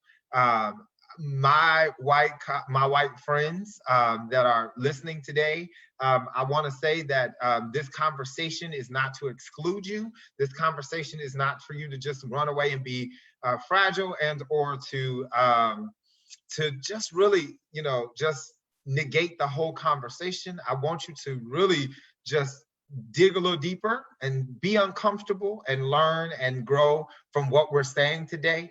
It's not to attack you, but to grow you. I also want to say that we need you as allies. My session that I was a part of was number 9, and that's what we talked about, allies. And we don't need you as situational allies when the risk is low. We need you to be consistent and genuine allies. What is allyship? I'm glad you asked. Number 1 is reaching out. Make sure that you find a way to reach out to people that you are ally to, right? And not only when stuff is going bad, but also when stuff is going good. And when you don't have the answer and you need to ask those genuine questions, reach out. Number two is to educate yourself and others. Don't just read the book and educate yourself about Black history, about being anti-racism, but teach your children and also teach their children and friends. And you got to grow your network of people that are in the house with you as a true ride or die ally, if you will. Listen, I tell folks all the time, you must listen as if you must defend what that person is saying. That's some good listening. So ensure that you are listening as an ally and acknowledging your privilege. So that means you can't always be talking.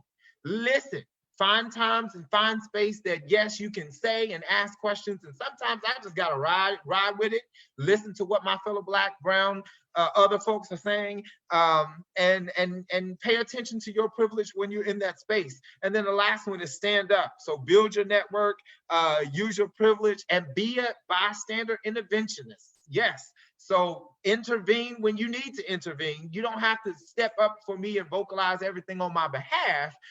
Coming here as white Jesus, if you will, or savior, but I do need you to stand up. I do need you when I'm not there. I need you still standing up, right? So therefore, character is what you do when no one else is looking. And so I need you to be of character as this ally for us when we are not in the room, because sometimes we don't get to be in the room. And so we need you to still be in that space in the room. That was number one, responsibility. Black folks, we got responsibility too. And the way I say we have responsibility is number two, and that is eat racism. EAT stands for empathy, action, and timing. Black people, we need to learn some empathy as well. We need to learn how to take our empathy and move to action. We just can't stay trying to feel for all the other people who are putting us in our place. No, we need to come up with some action, and we need to do it in a timely manner. And so the other thing about what we also need to do, Black people, is chill out with the horizontal hostility. If we get enough from all other angles, we don't need to do it to each other, right? And so do our best not being the crab in the bucket, but how can we help and motivate and be that leaning post for each other? We need each other like they did in the my grandma say, in the olden days. That's what we need to resort back to. Understand, Black people, that all skin folk ain't kin folk. And I'll leave that there, right?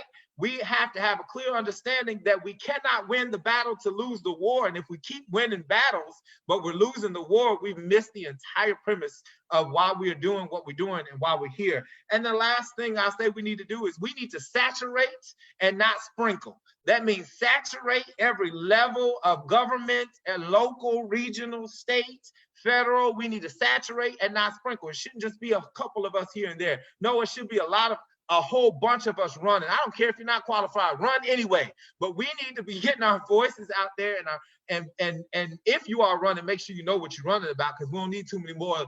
I can't think of the two ladies that hang out with Trump. I can't even think of their names. Yeah, them folks. We don't need them, right? We need folks that are going to be up there about the issues. And again, you don't have to have more than a high school degree to have some common sense. So we need some common sense Black folk in these political offices, saturating all levels, right? And professions, not just sprinkling them, but saturating them. That's our frontline folks, our managers, our mid-managers, our C-suite folks, and then our owners and operators. So we really need to make sure that we are saturating as Black people in all spaces that we can get our foot in. And when we get our foot in, don't forget how we got in, and make sure that we leave a wedge so more people can get in, and quit shutting the door and shutting more folks out. I need you to be at the table, bringing more people to the table, and not just being at the table, content, excited about being at the table. Black folks, we got work to do. It doesn't excuse the work that our white colleagues must be doing as well. And so hopefully I articulated that everybody got work to do. And that's what I think. Those are my solutions. Those are my thoughts. Well, I would curse because that's the way I want to. That's how I feel. But I won't show people that side of me. I really appreciate the way you dissected that on all levels, brother. And so I just want to add a few things because I don't know if I heard them completely. And then maybe see if there's any others that we want to add, and then end this session in the next few minutes. So I too, just like Corey, believe that in order to solve and make some progress, we have to also have reparations. But I've really thought about this, and I think reparations need to come in multiple different ways. It's not just giving everybody a check, right? But it's giving grants to start or enhance your business. So if you're a business owner already, you get a grant for a certain amount to enhance your business or a certain amount to start a business. Free college education or loan forgiveness for all people. You pick one, which one best suits you, and then the government gives it to you. I will definitely appreciate that loan forgiveness. Thank you very much if somebody's out there listening. Or property, contribute up to $200,000 to purchase a home. I think that if you do any of those three things, that will help begin help having people build wealth, and also extend upon their economic opportunities in this country. We also universal health care. I mean, the only way we're going to solve some of the poor healthcare choices and treatment is if we have universal healthcare. So it doesn't matter. You don't have to look at somebody and say, "Oh, I'm going to prejudge them and think that they don't have health insurance," right? Just because they're Black. But you serve everybody at this high quality level, no matter what. I also think universal early childhood education is another way to begin to make progress. And last but not least, I think economic exclusion has been one of the major factors of racism, and so we need to up the ante. Right now, most governmental agencies say that we will give 15% of our businesses to minority business enterprises. I think it needs to be double that minimum. So 30% of your business needs to go to minority business enterprising, or heck, 40%. I think that if we are beginning to give people more opportunities to start businesses, we need to also be able to give them opportunities to do the job. So those are the things I think about after I look at what we've all said. I wonder if anybody thought that there was something that was missing that they wanted to add before we wrap up. So Wait, we have Kwambana, then we have Mokai, and I think Cornelius, but I'm not 100% sure. Tyrell. Oh, Tyrell. I'm sorry. He just looks like Cornelius. We're right next to each other on my screen. I saw one of them raise their hand. And if we have time, I want to bring something up too. Okay. So real quick, I think you hit the nail on the head with the healthcare piece, but I want to also jump back to, I think what Brother Tyrell was talking about earlier with the mental health piece and the PSTD. I think that has to be very high up on the mental health agenda for us, because it has the trauma of slavery and racism and all those systems that they incorporate is included in that. I think that's number one. And then two, when I talked about the politicians, I think that we need to create our own political party and not just have a support. I think we should draw all of our support from Republican and Democratic and create our own party that not necessarily push individuals out front, but actually push our agendas out front, so that whoever is with us, we move as a block, and that here's our issue, and if you are supporting of our issues, here's our dollars that support you. And then we'll get some real change. So those are two things I want to add. I'll say I definitely concur that the third-party politics is definitely what's needed. And so if you're in Akron, Ohio, looking forward to third-party politics, go ahead and hit up the Freedom Block. If you're interested, email I want freedom to Freedom Block to thefreedomblock.org. But I do want to say that I would be remiss if I didn't push back a little bit that Black capitalism is not the solution to our issues. That this idea that if we get Black people into the 1%, they'll somehow be altruistic and they'll somehow do better to our people is a farce, right? We can look back in history and see various moments. Madam C.J. Walker, I love her, right? W.E.B. Du Bois, love him too. But they were slumlords. They owned property and they were slumlords, and they would literally run out property of individuals, Black folks, and not have quality conditions. And that's because of capitalism, right? It's the idea of self-interest, right? And I think that the idea that Black people will just somehow build all this wealth and then distribute the wealth back to their communities is a farce. And that's rooted in the idea that capitalism is wrong. It's the idea that we need to develop new economic systems that allow for us to operate differently. And so we have to throw away capitalism, because Black people getting all the money is not gonna solve our issues. Like Angela Davis said, I don't care if you're white, Black, or yellow, if you're on my neck, you're on my neck. So I think we have to really kind of just move away from that ideology and really start to embrace our economic systems as larger effects, because racism and class are separate things that need to be addressed separately and also at the same time together. So that's my 2 cents on that. I wanted to add something I think is important that really ties mental health and education together. I think that we focus a lot on the younger generation and what the older generation did when they were the younger generation, but we don't necessarily talk enough to our Black children who are underage, totally underage, yet still in the fight and don't even know it. And so I think Black children need to be aware of what their role is in this fight, just simply as children, with such a minimal list of responsibilities in comparison to adults. And so they need to understand that, especially if they're Black children, your job is to protect 2 things: your academic record and your criminal record. If you protect those things, you keep yourself in a position to be of more utility in this larger fight. Can't really fight much when our rights are restricted because we have a criminal label on ourselves, because we dropped out of school, because we live in these neighborhoods with minimal resources because of racism. And so if we can keep children with the focus of, I need to avoid this playground to prison pipeline early, then we don't have to worry about them becoming the 20-something, the 30-somethings talking to the teens about what they wish they would have did when they were younger. So I think it's very important that children understand that they too have a role in this fight to protect themselves from the traps that are set for when they turn 18, they don't have education or employment and are making decisions that are criminal for the sake of survival. That's my last 2 cents. Thank you. DJ, is brother, is your name Imokai? Is that how you pronounce it? Imokai.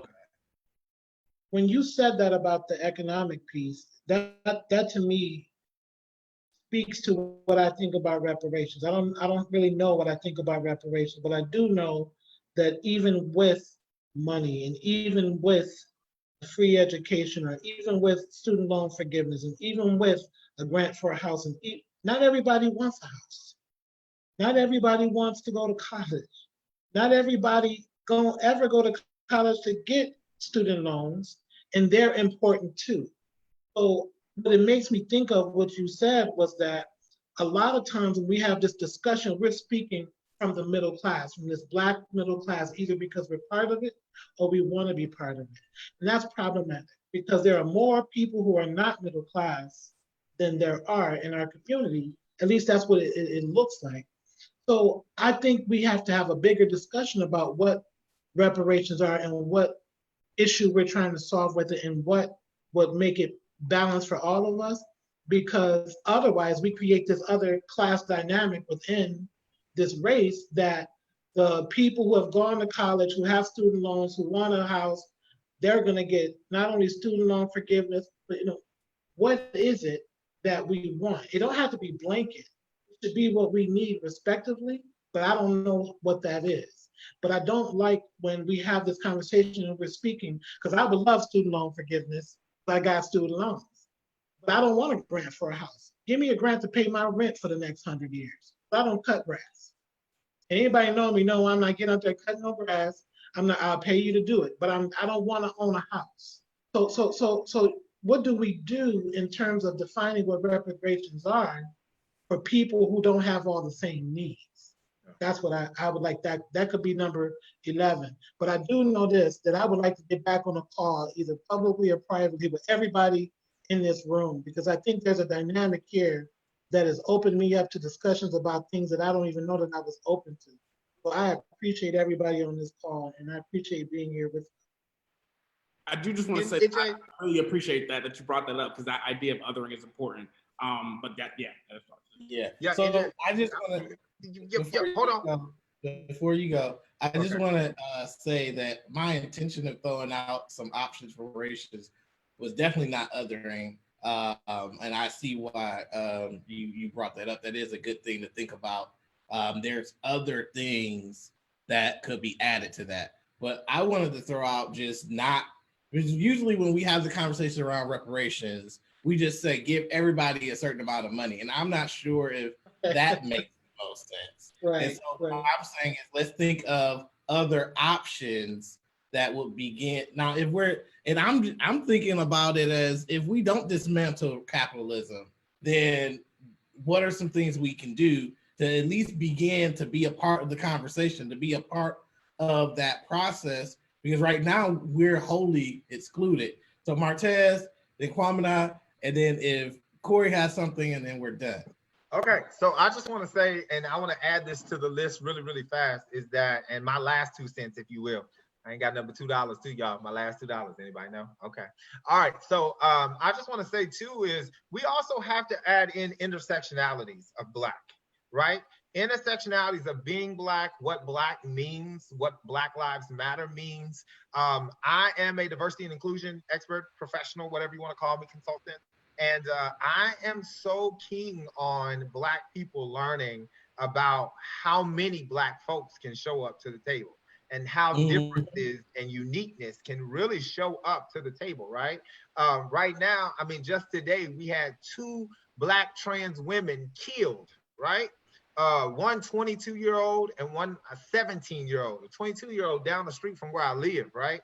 And so we are not talking about those situations because it's taboo in our community, but we need to be talking about that because it's a Black life.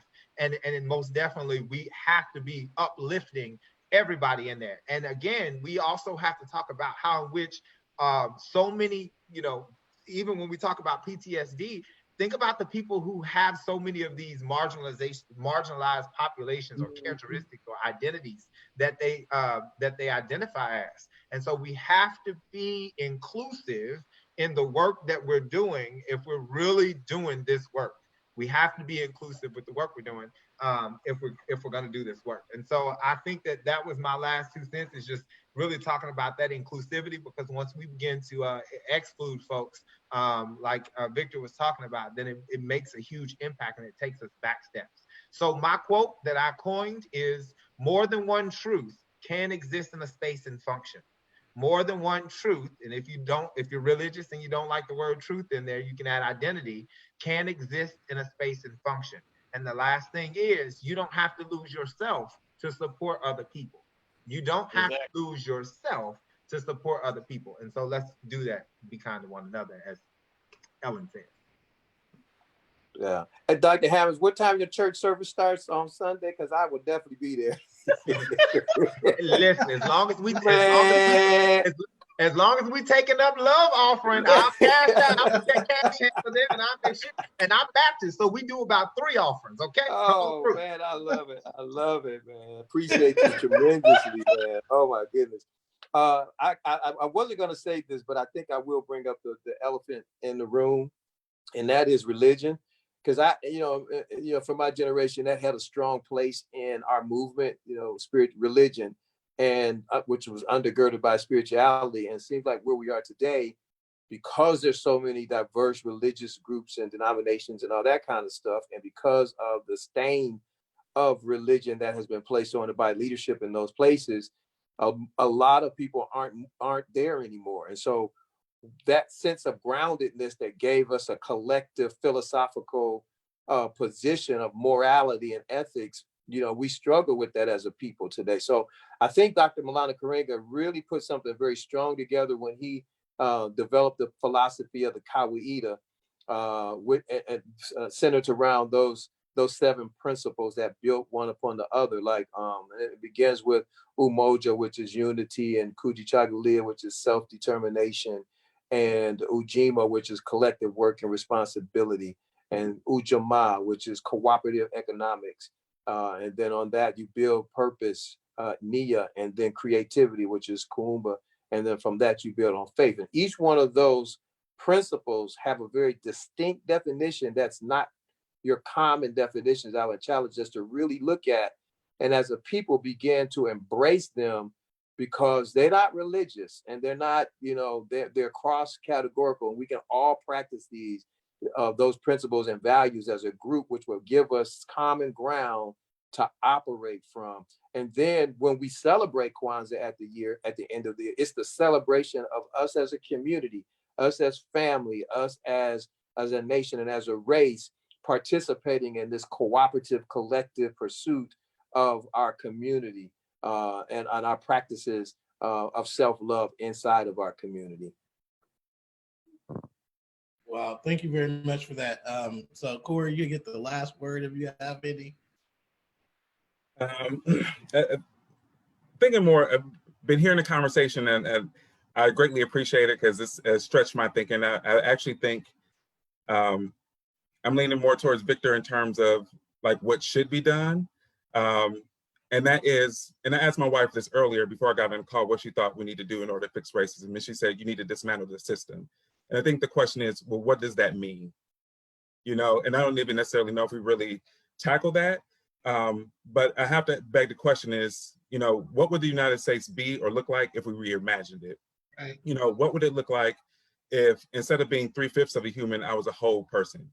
What would the United States look like if women were included in the Constitution? If LGBTQ community was included? If we didn't have to continue to go back and try to include people in a document and in a country where everyone was excluded? And so I think those are we need to reimagine where we at. That we are in a very interesting time in that we have the person in office is actually, in many regards, dismantling systems of governance and the way that we do things in a way that we have never seen before. And I feel like this is a time and an opportunity for reset and for, I don't know, it's just an opportunity. And I hope that we use this opportunity to make, our lives, our country better.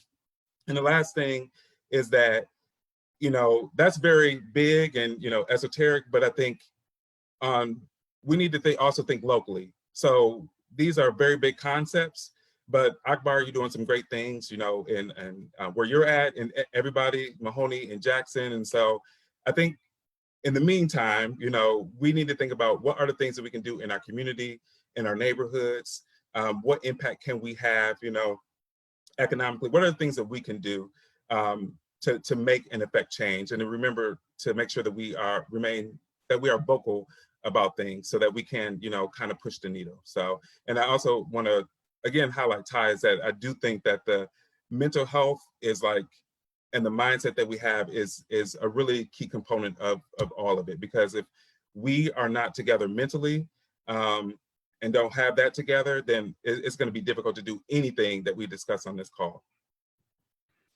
Yes, I definitely appreciate that comment and everything that everybody has said. So just to the audience, everybody who's viewing, I want to thank you for viewing this. This is probably the only session that we don't have any viewer interaction, but I think that with all 8 individuals here, they provided some great information and perspectives on the way Black men, not always agreeing and maybe not all coming, from the same perspective, but our varying perspectives on 2 topics: the definition of racism and solutions to dismantle it or to include progress.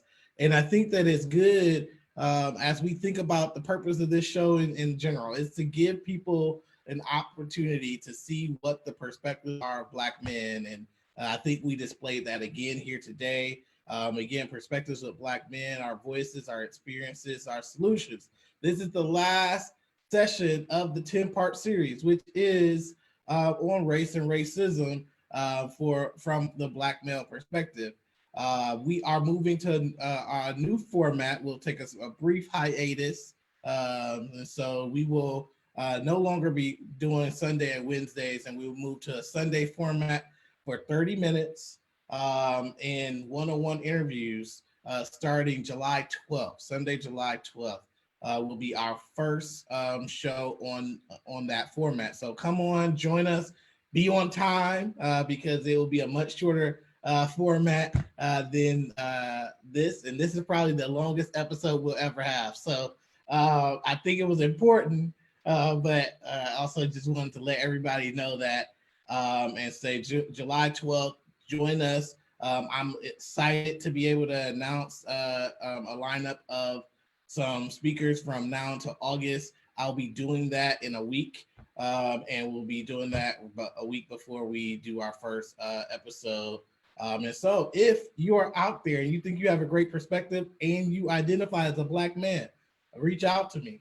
Let me know. Send me a message right here on Perspectives with Black Men page, and we can definitely lock you in as well. What we do is we have a conversation with you first to talk about your perspective and what type of angle we can go on from that for that episode. But with all that being said, you can see I'm a little tongue-tied because I'm a little sleepy. But I wanted to thank all of the panelists: Corey, Daniel, Mokai, Kwabena, Cornelius, Tyrell, Victor, and Martez. Thank you for being a part of this. As Victor said, at any point, if you want us to get back together, we can. We don't have to do it live, but we can do that as well, just depending upon if you want to do that.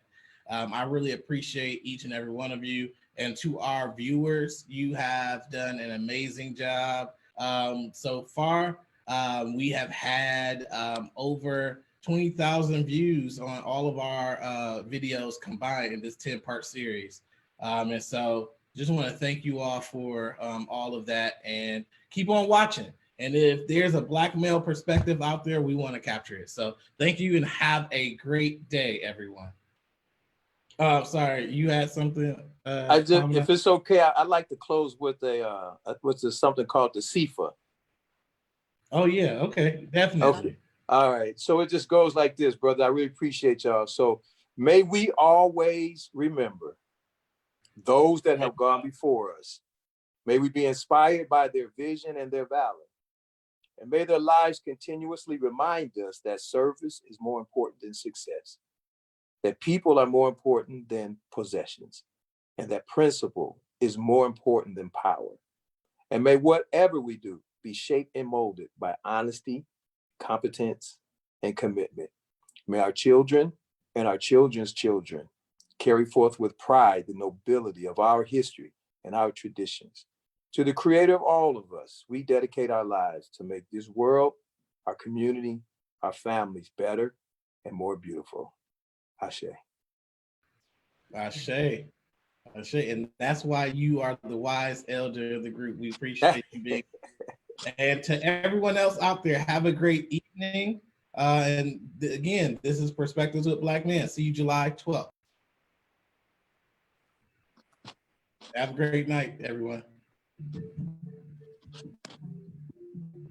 What was that called again? I'm sorry. It's called the SIFA.